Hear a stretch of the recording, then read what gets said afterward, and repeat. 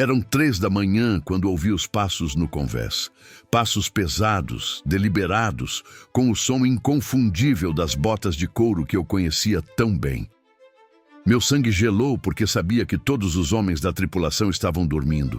Eu mesmo havia feito a ronda e verificado pessoalmente. Então, de quem eram aqueles passos? Levantei-me da minha rede silenciosamente e subi ao convés. A lua estava nova, deixando tudo mergulhado numa escuridão quase absoluta. Mas mesmo na penumbra, consegui ver a silhueta parada próxima ao mastro principal. Uma figura alta, imponente, usando um chapéu tricórnio e um casaco longo que balançava com uma brisa que não existia. Capitão Ferro Negro. Sussurrei, embora soubesse que era impossível. A figura se virou lentamente para mim e foi quando vi o rosto, ou melhor, o que restava dele. A pele estava pálida como lua, os olhos eram poços negros vazios e havia marcas escuras no pescoço, marcas de corda, de onde o havíamos enforcado 3 meses atrás. Marco!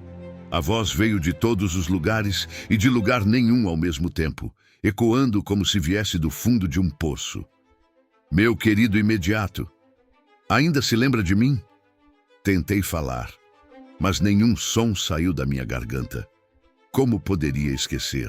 Eu mesmo havia participado do seu assassinato. Acharam que a morte seria o fim? Ferro Negro riu, um som que fez minha alma se encolher.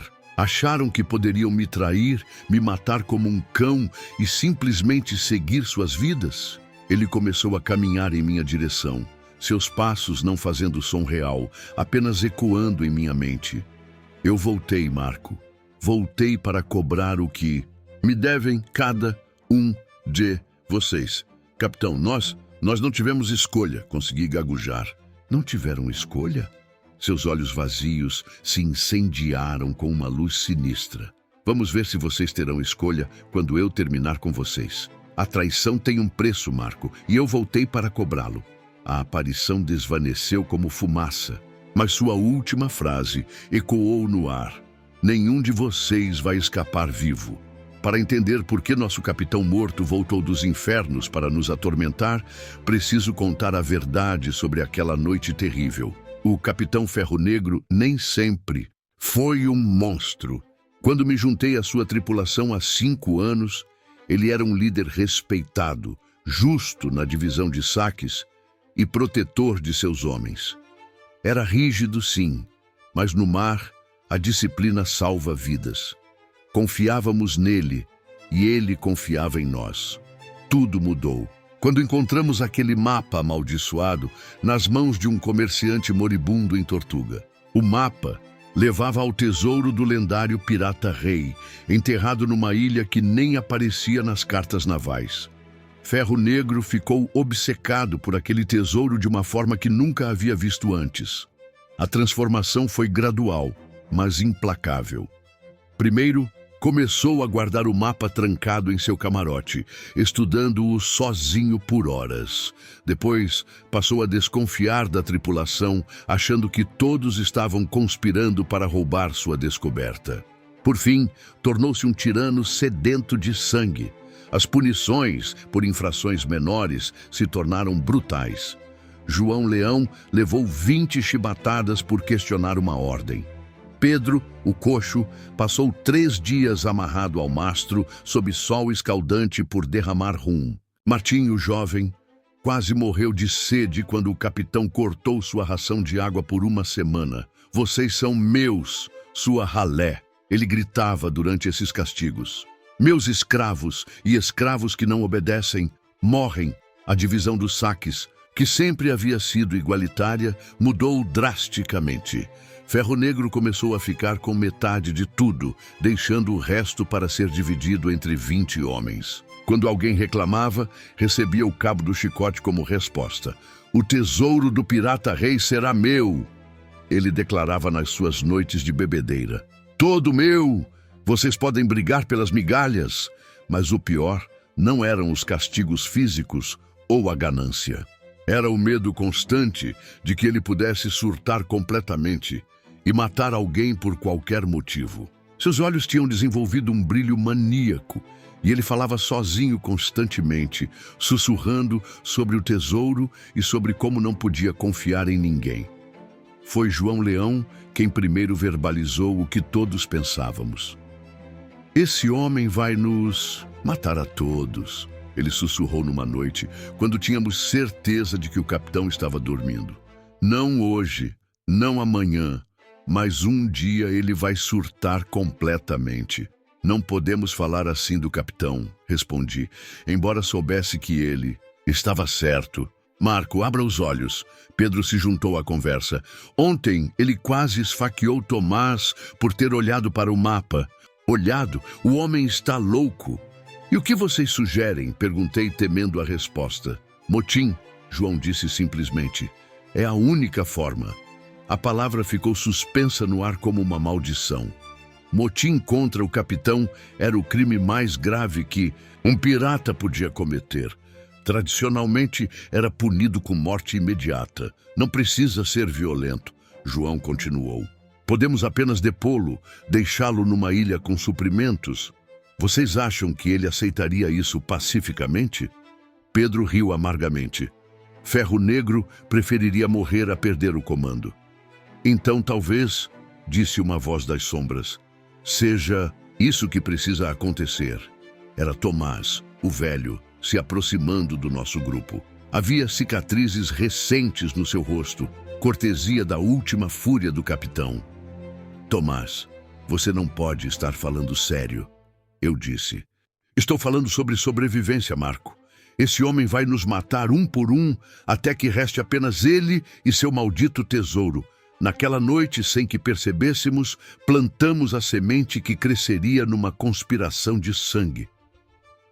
As semanas seguintes foram um inferno de medo e planejamento secreto.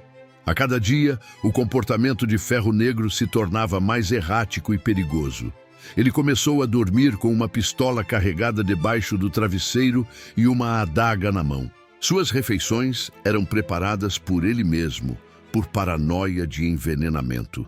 Durante os turnos de vigia, nós conspiradores nos reuníamos em sussurros desesperados. A princípio, éramos apenas 4, eu, João Leão, Pedro e Tomás. Mas, conforme os abusos do capitão se intensificavam, outros se juntaram à nossa causa silenciosa. Não podemos mais adiar, João dizia constantemente. A cada dia que passa, ele fica mais perigoso. Eu ainda resistia à ideia de assassinato. Tem que haver outro jeito. Podemos trancá-lo no porão, tomar controle do navio e depois... Pedro perguntou. Mantê-lo prisioneiro para sempre? Eventualmente ele escaparia e nos mataria dormindo. Foi Martim, o jovem, quem trouxe a informação que mudou tudo. Ele havia conseguido espiar o capitão, estudando seus mapas e papéis pessoais. Vocês não vão acreditar no que descobri. Ele sussurrou numa noite, seus olhos arregalados de terror. Ferro Negro não está apenas planejando ficar com todo o tesouro. Ele está planejando se livrar de nós. Como assim? Perguntei. Ouvi ele falando sozinho. Ele disse que 20 homens é muita gente para dividir o tesouro, que seria muito mais fácil com apenas 5 ou 6 homens leais. Meu sangue gelou. Ele está planejando matar metade da tripulação? Pior, Martim continuou. Ele está planejando nos usar para encontrar o tesouro e depois nos abandonar numa ilha deserta. Todos nós. Ele falava sobre navegar sozinho com o tesouro do pirata rei. Silêncio absoluto seguiu essa revelação. Finalmente Tomás falou. Então não é mais questão de motim, é questão de sobrevivência. CTA-1, contextualizado na liderança difícil. Galera, vocês já se viram numa situação onde tiveram que tomar uma decisão impossível. Quando alguém em posição de poder abusa tanto que você precisa escolher entre submissão e rebelião. Comentem de onde estão assistindo e me contem. Como vocês lidariam com um líder que se tornou uma ameaça para todos ao redor? A partir daquela noite, nossos planos mudaram de motim para assassinato. Não havia orgulho nessa decisão, apenas a fria aceitação de que era ele ou nós. Planejamos meticulosamente. Seria durante a noite, quando ele estivesse em seus aposentos. João Leão, sendo o mais forte, ficaria encarregado do confronto direto. Pedro e Tomás bloqueariam as saídas. Eu distrairia o capitão, aproveitando minha posição como imediato. Tem que parecer um acidente, João insistia. Se a notícia se espalhar pelos portos que matamos nosso próprio capitão, nunca mais conseguiremos navegar em paz. Como vamos fazer parecer acidente? Perguntei. Queda no mar durante tempestade, Pedro sugeriu. Acontece o tempo todo com marinheiros bêbados, mas no fundo todos sabíamos que era mentira. Sabíamos exatamente o que estávamos planejando, assassinato premeditado. Tentávamos nos convencer de que era justiça, de que era legítima defesa, mas a verdade era mais simples e mais sombria. Éramos piratas planejando matar nosso capitão por ganância e medo. A data foi marcada para a próxima lua nova, quando a escuridão nos daria cobertura total. Nos dias que antecederam, Ferro Negro parecia mais paranoico que nunca, como se pudesse sentir a traição no ar. Marco, ele me chamou na véspera da execução. Você ainda é leal a mim, não é?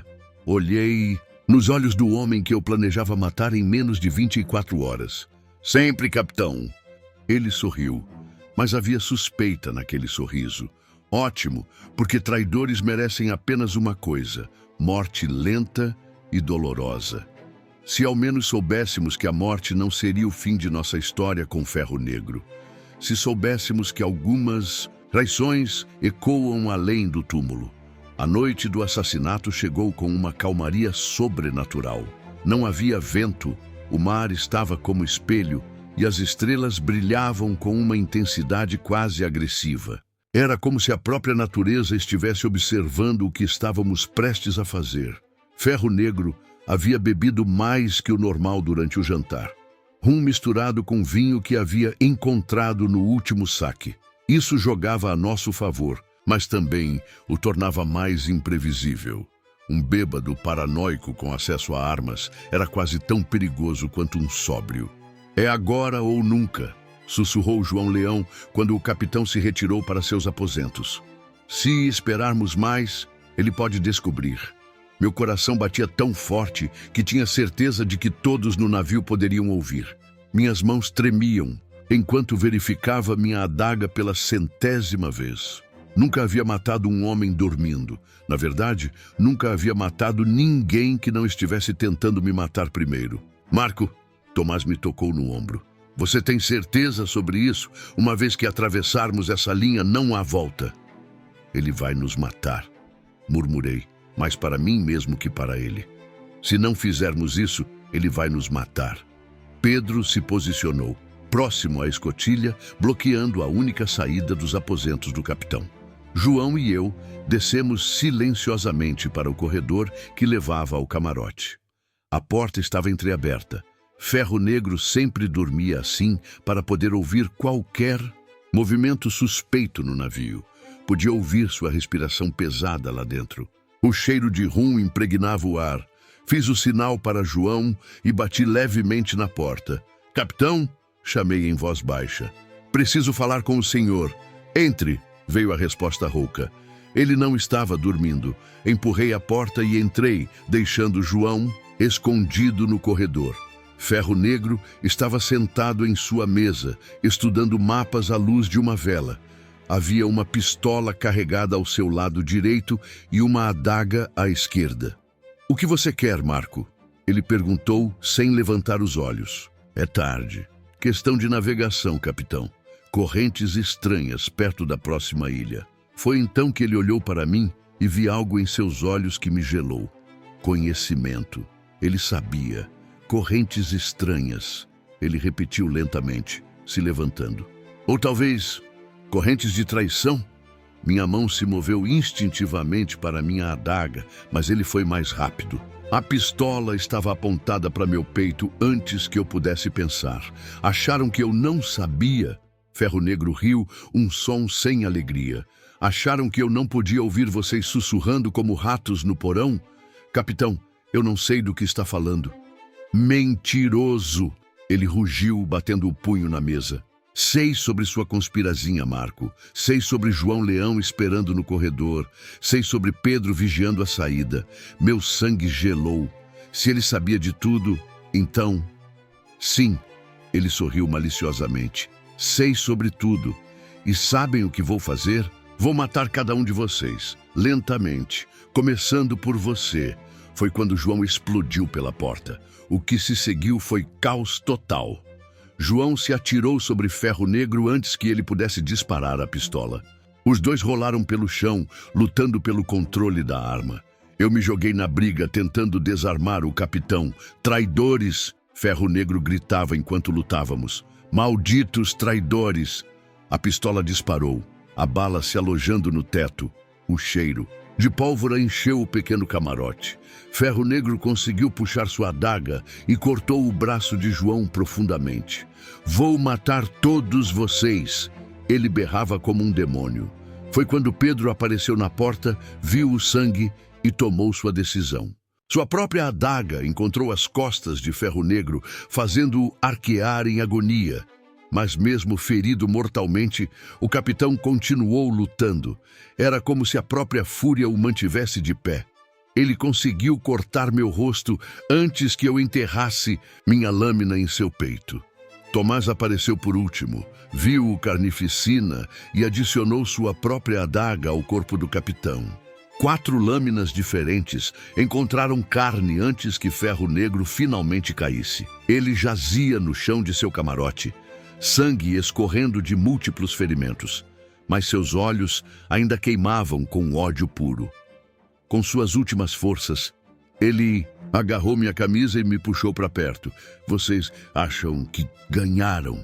Ele sussurrou, sangue escorrendo de sua boca. Mas traição tem preço. Marco, você está morrendo, capitão. Acabou. Ele sorriu, um sorriso terrível de dentes ensanguentados. Morte não é o fim. Eu vou voltar para cobrar cada gota de sangue que vocês me devem. Suas últimas palavras ecoaram no camarote. Nenhum traidor escapa vivo. Então Ferro Negro morreu, mas havia algo em seus olhos, uma promessa sinistra de que isso estava longe de ter terminado. Carregamos seu corpo para o convés e o jogamos ao mar, dizendo para o resto da tripulação que ele havia caído bêbado durante a noite. Alguns acreditaram, outros suspeitaram, mas ninguém questionou abertamente. Achamos que havia acabado.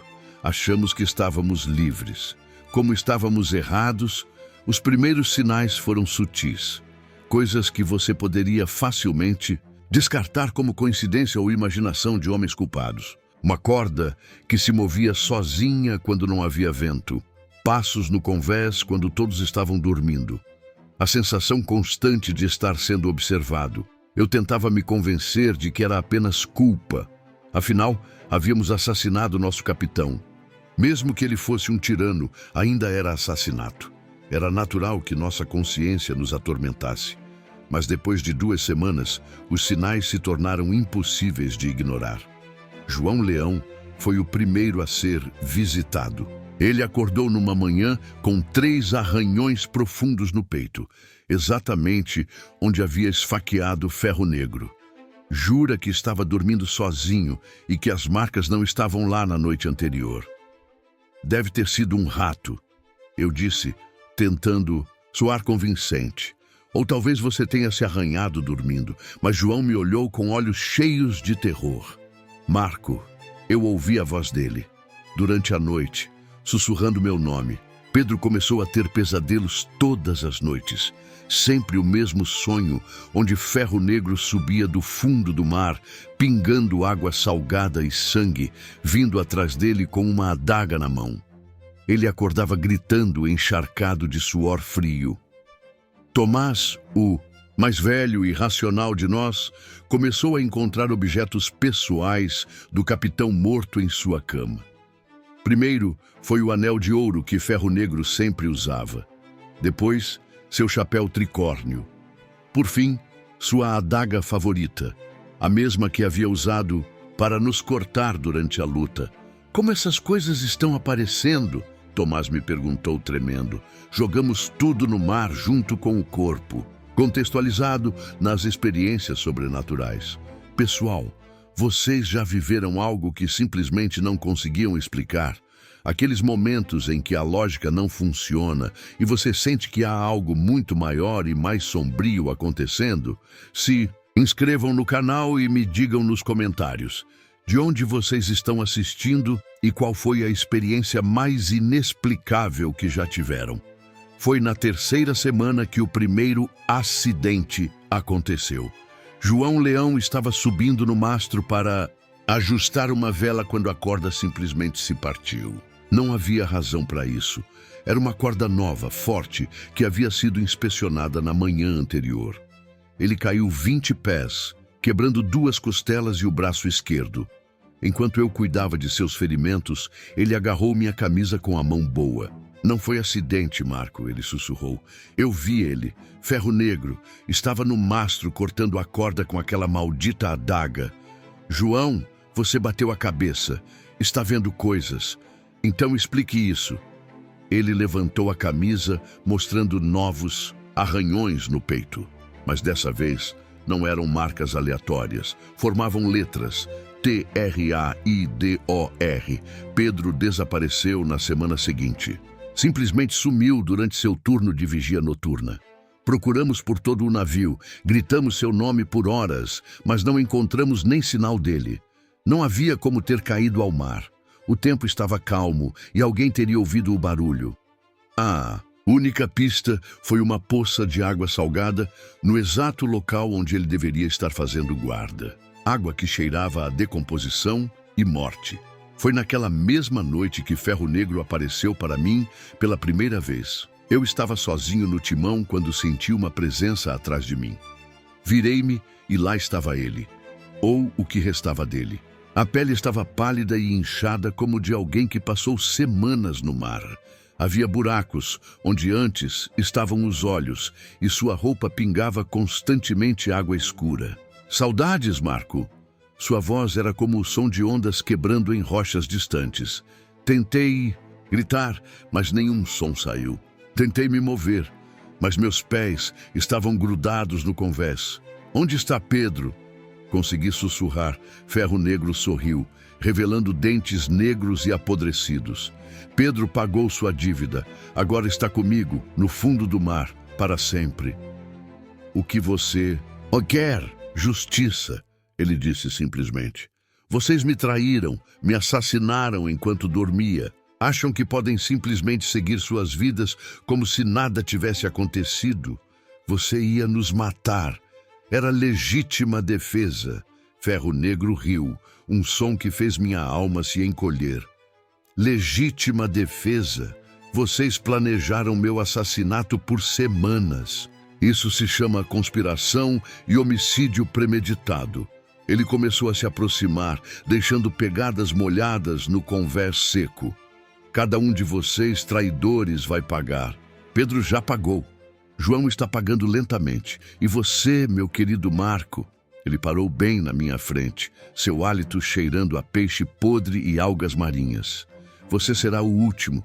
Vou deixar você ver todos os outros morrerem primeiro. Depois, você vem comigo para as profundezas.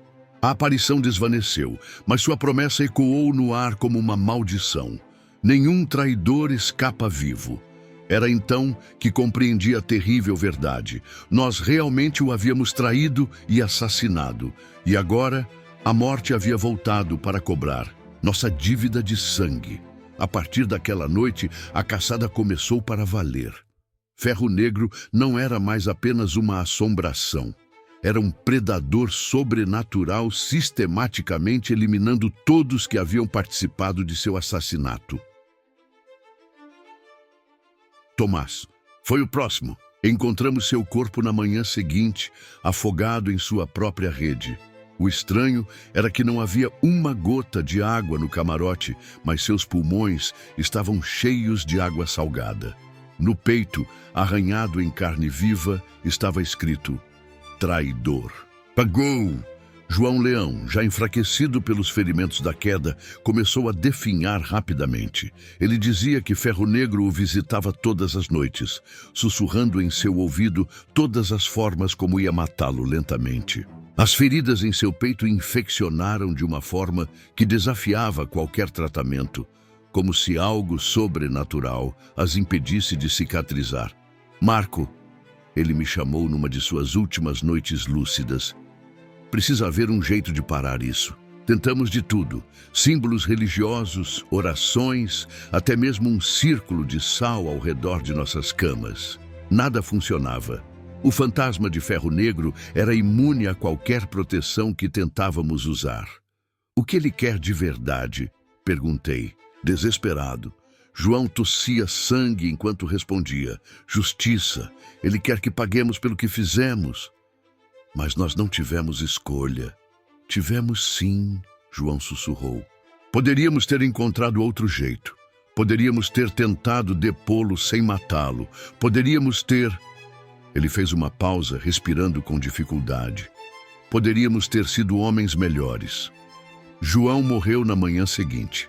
Encontrei-o com os olhos arregalados de terror, como se tivesse visto algo horrível em seus últimos momentos. Em sua testa, escrito com sangue, estava a palavra traidor. Era só eu agora, o último conspirador vivo. Naquela noite, Ferro Negro apareceu novamente, mais sólido que antes, como se as mortes dos outros o tivessem fortalecido. Agora somos apenas nós dois, Marco, ele disse, sentando-se casualmente na cadeira do capitão, que havia se tornado minha por direito de sobrevivência. O traidor e o traído. O que você quer? Perguntei, exausto de medo e culpa. Quero que você aceite a verdade, ele respondeu. Que você pare de se fazer de vítima e admita o que realmente é, um assassino que matou seu capitão por ganância. Olhei para o fantasma do homem que eu havia ajudado a matar e finalmente disse as palavras que ele queria ouvir. Você está... Certo, nós o assassinamos e você tem direito à vingança. Ferro Negro sorriu pela primeira vez desde que havia voltado. Finalmente. Agora venha, Marco. É hora de pagar sua dívida. E eu sabia que não havia mais para onde fugir. Enquanto escrevo estas últimas palavras, posso sentir a presença de Ferro Negro se aproximando. A temperatura no camarote caiu drasticamente e posso ouvir o som de água pingando, embora não haja nenhuma fonte de umidade aqui. Sei que não tenho muito tempo antes que ele venha me buscar, mas preciso contar esta história até o fim. Preciso deixar registrado o que aconteceu aqui. Talvez como aviso para outros piratas, talvez apenas como confissão de um homem que está prestes a enfrentar as consequências de seus atos. A verdade é que Ferro Negro estava certo sobre tudo. Nós éramos traidores, assassinos. Não importa o quanto tentemos justificar nossas ações, não importa o quanto repetimos que não tivemos escolha. A realidade é que escolhemos o caminho mais fácil, ao invés do caminho certo. Sim, Ferro Negro havia se tornado um tirano. Sim, ele estava abusando de sua autoridade e atormentando a tripulação. Mas existiam outras opções além do assassinato. Poderíamos ter organizado um motim aberto, enfrentando-o honestamente. Poderíamos ter abandonado o navio em algum porto.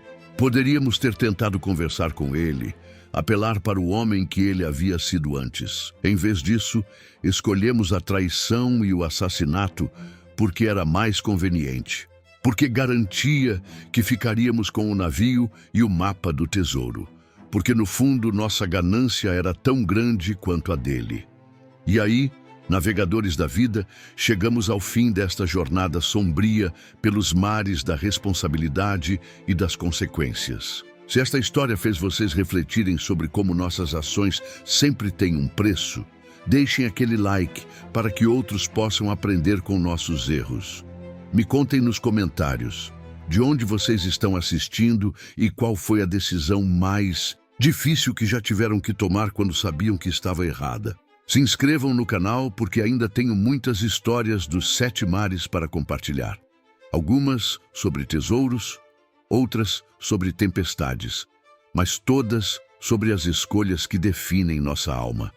Até a próxima navegação, se houver uma próxima para mim. Aprendi que não existe escapatória das consequências de nossas ações. Podemos tentar justificar, racionalizar ou simplesmente fugir, mas no final, tudo volta para nos cobrar.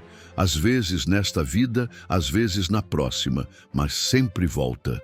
Ferro Negro não era um monstro supernatural buscando vingança injusta. Era a personificação de nossa própria culpa, exigindo que enfrentássemos a verdade sobre quem realmente éramos. Cada acidente que befel nossos conspiradores, cada aparição aterrorizante, era simplesmente o universo corrigindo um desequilíbrio que havíamos criado. Durante estas últimas semanas sozinho neste navio, tive tempo para pensar sobre todas as pequenas escolhas que me trouxeram até aqui. A decisão de me juntar a piratas em primeiro lugar. A escolha de permanecer leal a um capitão que estava se tornando corrupto. A decisão final de participar de seu assassinato. Cada escolha parecia justificada no momento. Cada uma parecia necessária para minha sobrevivência ou bem-estar. Mas olhando para trás, posso ver o padrão. Sempre escolhi o caminho que beneficiava a mim, independentemente do custo moral. E agora, finalmente, chegou a hora de pagar esse custo. Posso ouvi-lo se aproximando agora. Os passos pesados no corredor, o som de água escorrendo, o cheiro de morte e mar que sempre o acompanha. Em alguns momentos, Ferro Negro estará aqui para cobrar a última dívida desta tragédia. Não vou fugir, não vou tentar me justificar novamente. Aceito minha responsabilidade pelo que fizemos. Aceito que merece sua vingança. Talvez, no final, essa aceitação seja a única redenção possível para homens como nós. Não podemos desfazer nossas ações, mas podemos, pelo menos, enfrentar suas consequências com dignidade. Se alguém encontrar este diário, que sirva como aviso. Toda traição tem um preço, todo assassinato deixa uma marca, e algumas dívidas só podem ser pagas com a própria alma. Ferro Negro está aqui. É hora de ir. Que Deus tenha misericórdia de minha alma perdida, porque sei que Ferro Negro não terá. Fim do Diário de Marco Santos, encontrado a bordo do navio fantasma Vingança Sombria, 3 meses após ter sido avistado pela última vez. Nenhum membro da tripulação foi encontrado vivo.